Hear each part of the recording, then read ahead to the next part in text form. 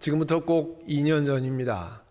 마이애미시티 교회 외곽에 있었던 챔플레인 컨도미니엄 사우스타워라는 건물, 바닷가에 있는 컨도미니엄 빌딩인데요.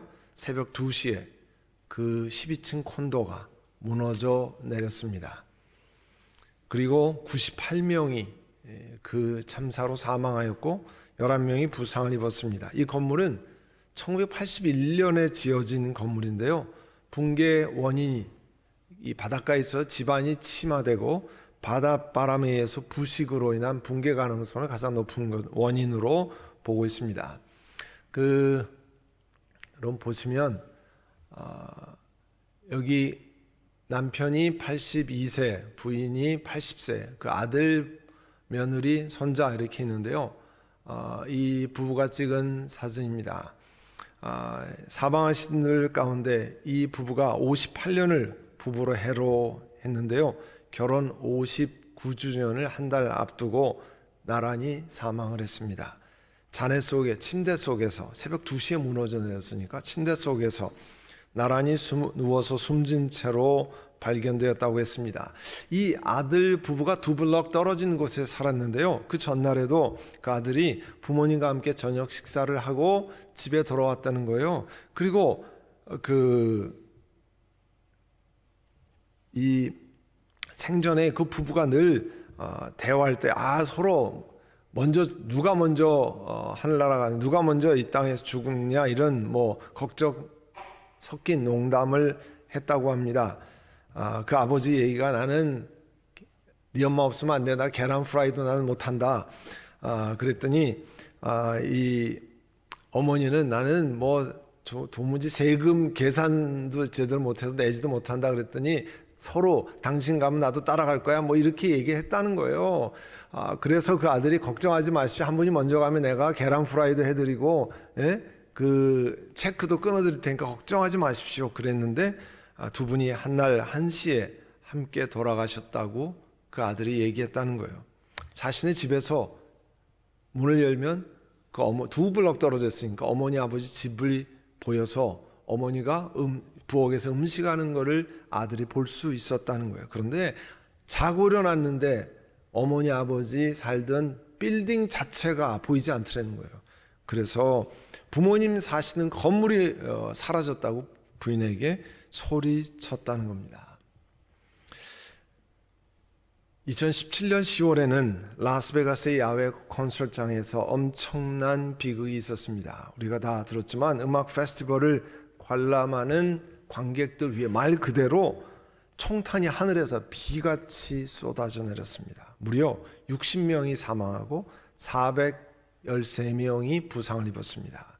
야외 콘서트장 뒤에 이 호텔방이, 만달레이라고 하는 호텔방이 있었는데, 거기 32층 호텔방에서 64된 남자가 무려 1000여 발의 총탄을 그 위에서 콘서트장에 무차별로 발사했습니다.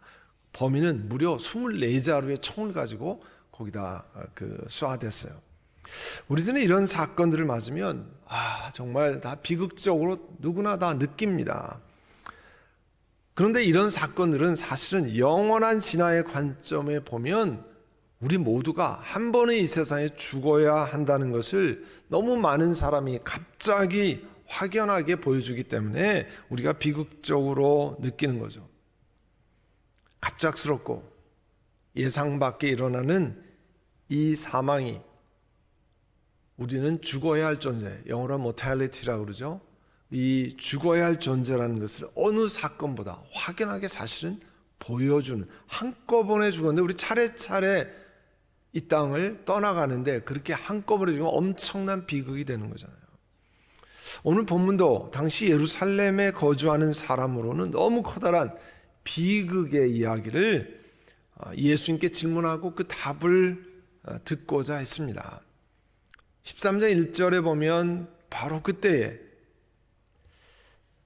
앞으로 전할 말씀이 그 뒤에 나와 있는 말씀과 깊이 연관된다고 하는 것을 암시합니다. 특별히 누가복음 12장 54절 59절의 말씀 가르치는 말씀이 있죠.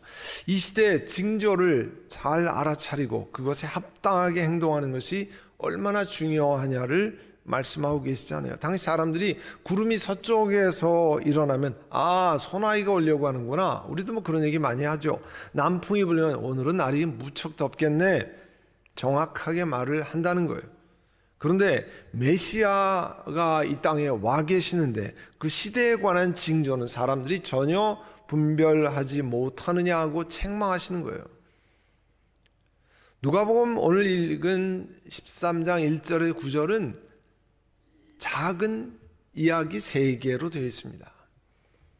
먼저는 몇몇 사람이 전해준 이야기, 그 다음에 예수님이 그 얘기를 듣고 그 다음에 예수님이 하신 또 다른 사건의 이야기, 그리고 예수님이 무화과나무 비유를 들은 그렇게 3개의 이야기로 구절이 구성됩니다.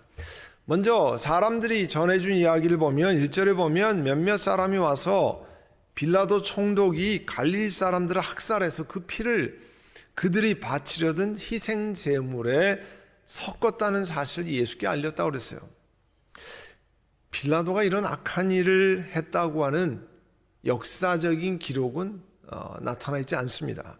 아마도 로마에 항거하던 이 갈릴리 사람들이 성전에서 와서 제사를 드리려고 했는데 그 중에 이 빌라도의 군인들이 의해서 이제 이 갈릴리 사람들을 죽이고 그 피가 제물에 섞인 사건일 것이다라고 추정합니다. 물론 빌라도는 여러 기록에 의하면 여러 번 자신의 정책에 로마 총독 정치죠, 반대하고 저항하는 유대인들을 학살했다고 하는 기록이 나옵니다. 그리고 이 이야기를 예수님께 전한 것은 유대인의 통념에 의하면 특별한 이런 재앙을 받은 사람인 자신이 행한 죄 때문에 그런 것이다, 이런 것이 보편적인 생각이었다는 거예요. 그리고 빌라도의 군인들에게 죽은 이 사람이 다른 사람들보다 죄가 더 많기 때문에 아마 그들 죄 때문에 벌을 받아서 그렇게 죽은 예로 사람들은 와서 예수님께 제시를 하는 거죠. 예수님께서 그들에게 이렇게 대답하셨습니다. 2절의 말씀이에요. 이 갈릴리 사람들이 이런 변을 당했다고 해서 다른 모든 갈릴리 사람들보다 더 큰 죄인이라고 생각하느냐? 예수님은 그게 사실이라면 사실 끔찍한 일이잖아요. 제물에 그 갈릴리 사람들의 피가 섞여서 제물에 드렸다. 이 사람들이 얼마나 죄를 많이 지었으면 저렇게 되었을까 하는 그런 식으로 문제를 보고 계시지 않는다고 하는 것을 말씀하는 거예요. 우리가 쉽게 얼마나 죄를 많이 졌길래 저런 일을 당하나 이렇게 쉽게 생각할 수 있는 그런 시각으로 예수님 보시지 않는다는 겁니다.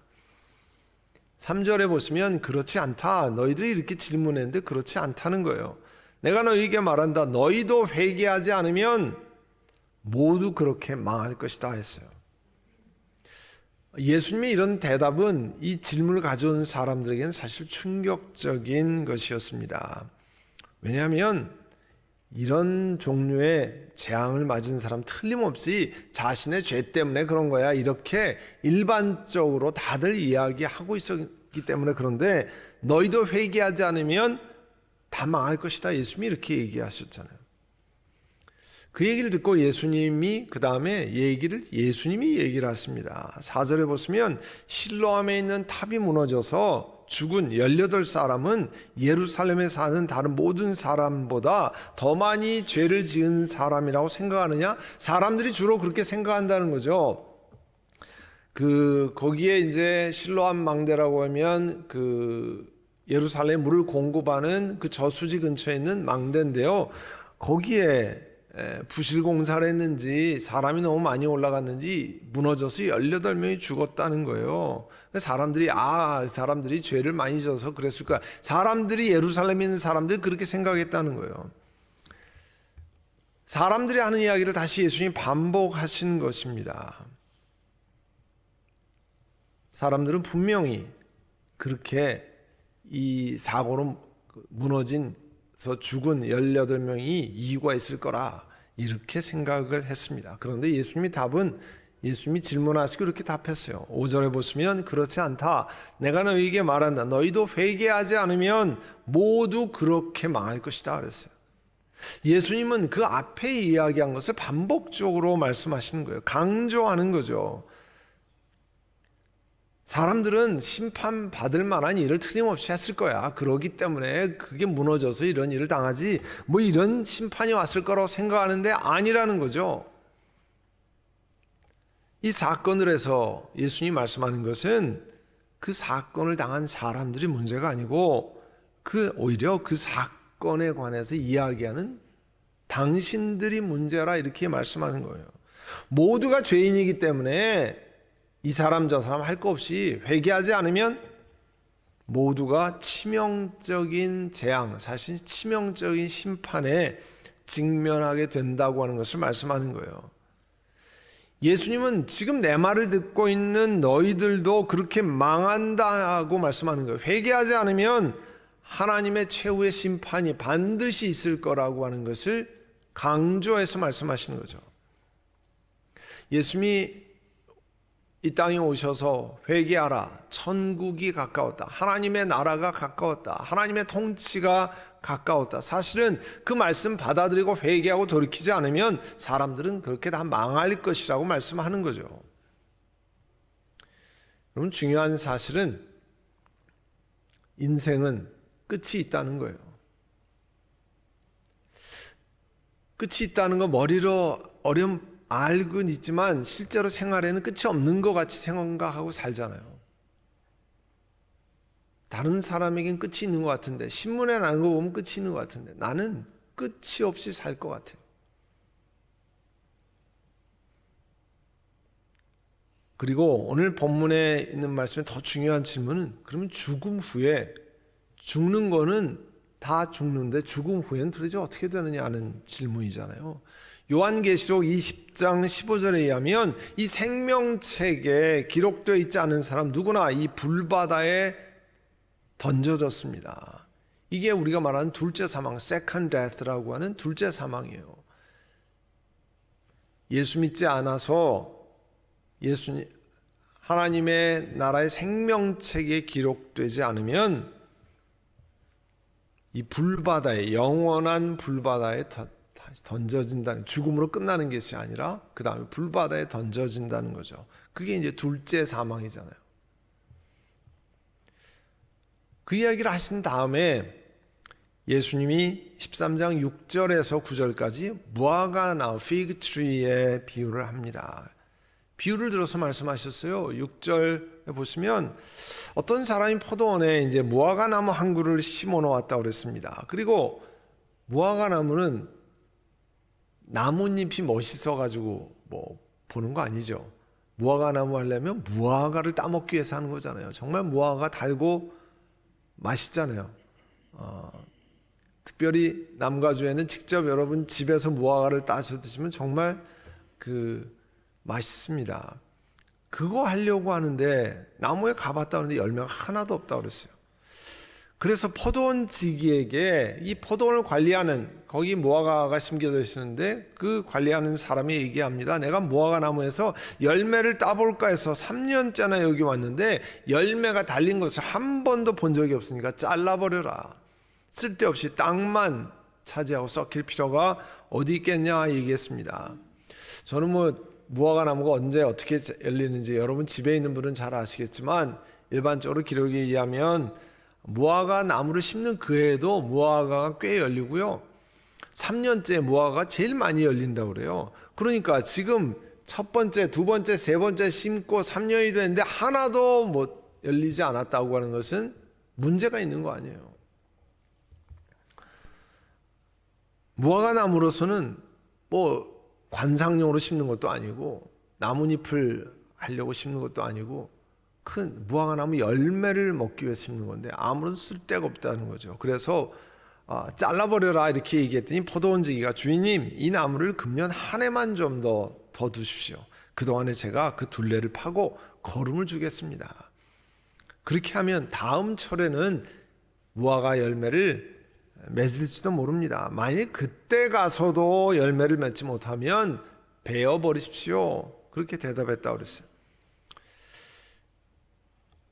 충분히 열매 맺을 수 있는 시간이 주어졌습니다. 그래도 여전히 뭐 하나 열매 맺지 않아서 찍어버리라고 했더니 포도원 지기가 그렇게 간청을 해서 기간을 더 주었다고 그랬습니다. 이 비유는 주인은 하나님을 상징하고 무화과 나무는 보통 이스라엘 전체를 상징할 때 무화과 나무를 많이 하잖아요.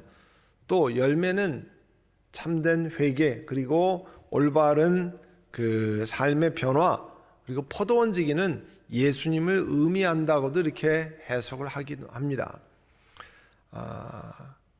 그러나 또 전체적으로는 예수님이 사람들에게 이 무화과나무 비유를 말씀하시면서 회개할 기회가 주어졌는데 그동안에 빨리 회개하고 돌이켜야 한다고 하는 것을 비유하는 뜻으로도 말씀을 하셨습니다. 그래서 이 지금 짧은 6, 7, 8, 9 이 무화과 나무를 들어서 하신 비유가 도대체 어떤 메시지를 주느냐 하는 것을 살펴보면 하나님은 회개하지 않는 죄인이라도 바로 심판해 버리는 것을 원하시는 분은 아니라는 거죠.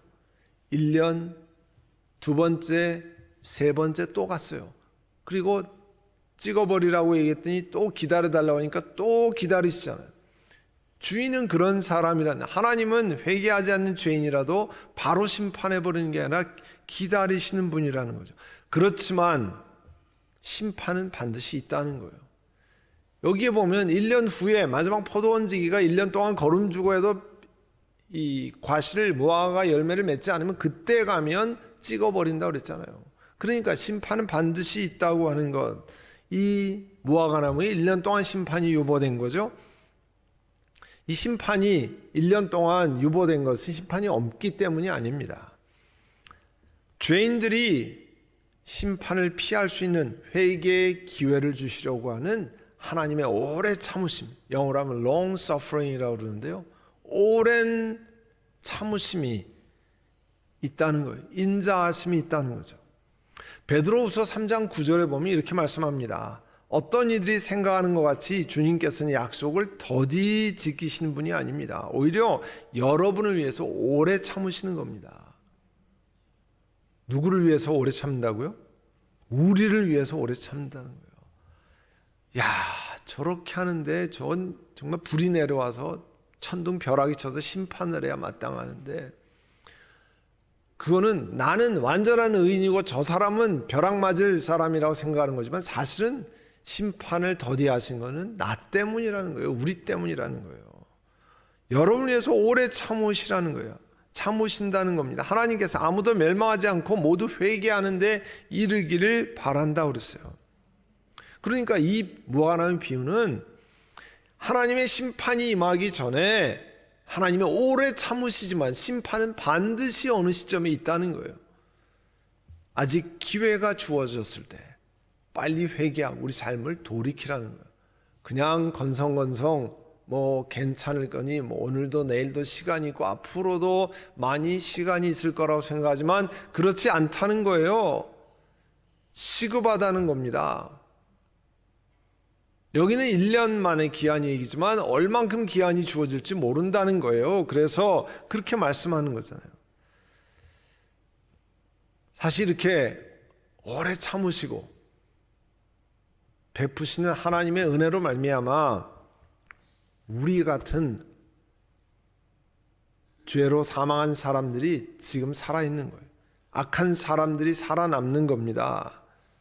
하나님께서 우리에게 삶의 열매를 맺도록 부르십니다. 하나님은 오래 참으시지만 though God is long suffering, 오래 참으시지만 우리가 회개하고 예수님 앞에 나가지 않으면 그 후에는 심판이 있다는 거예요. 그냥 마냥 기다리시는 건 아니라는 거예요. 다른 사람이 어려운 일을 만나면 그 사람이 죄를 지어서 그래 이같이 생각하고 비난할 것이 아니죠. 오히려 타산지서의 교훈을 삼아서 내 자신을 살피고 회개하고 기도하는 계기로 삼아야 합니다. 내 자신 혹시 회개할 일이 있는가? 하나님 앞에 돌이킬 일이 있는가? 열매 맺지 못한 일이 있는가? 돌아봐야 합니다. 우리의 죄된 성품을 기억하고 예수 믿는 우리도 본래 죄와 사망으로 허물러 에베소 1장에 보면 죽었다 그랬잖아요. 여러분, 우리가 기억하셔야 되는 게 죽을 뻔한 사람이 아닙니다. 죽을 뻔한 사람하고 죽은 사람하고는요, 천양지차로 차이가 있잖아요. 우리는 죄와 사망으로 에베소 1장에 보면 죽었던 사람이라는 거예요.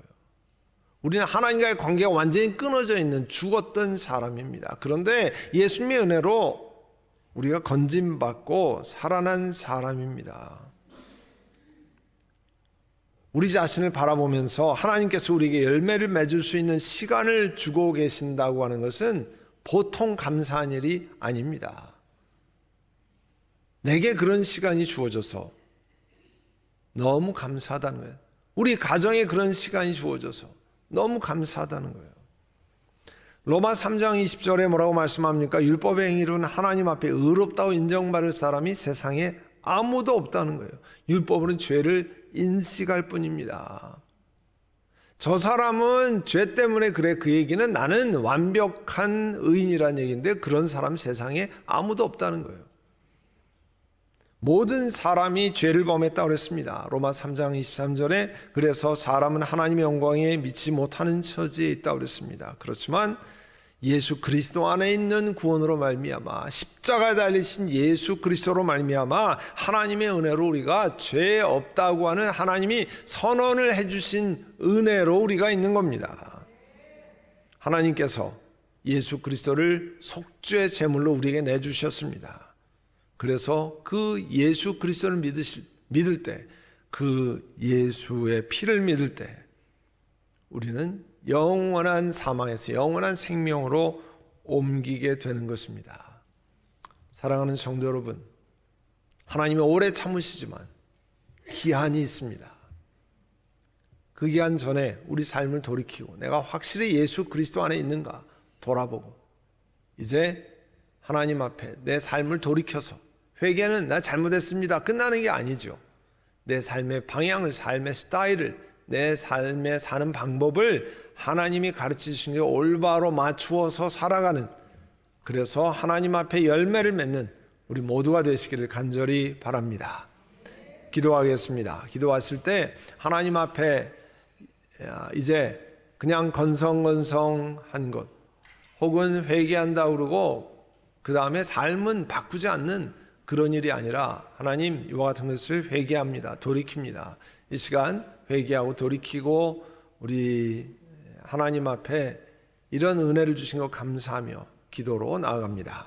사랑의 아버지 하나님, 저희를 향해서 오래 참으시는 그 은혜로 저희들도 예수님 믿게 되고 우리 주님 앞에 나올 수 있게 되었습니다. 그러나 우리 삶 속에 혹시 열매 맺지 못한 무화과 나무와 같은 적은 그런 삶을 사는 것은 아닌지요. 우리 삶 속에 참으로 하나님이 기뻐하시는 열매를 맺게 하시고 또 하나님이 허락하시는 기간 동안에 돌이키고 하나님 앞에 바로 서고 믿음의 열매를 맺는 저희를 되게 하여 주옵소서. 예수님의 이름으로 기도드립니다. 아멘.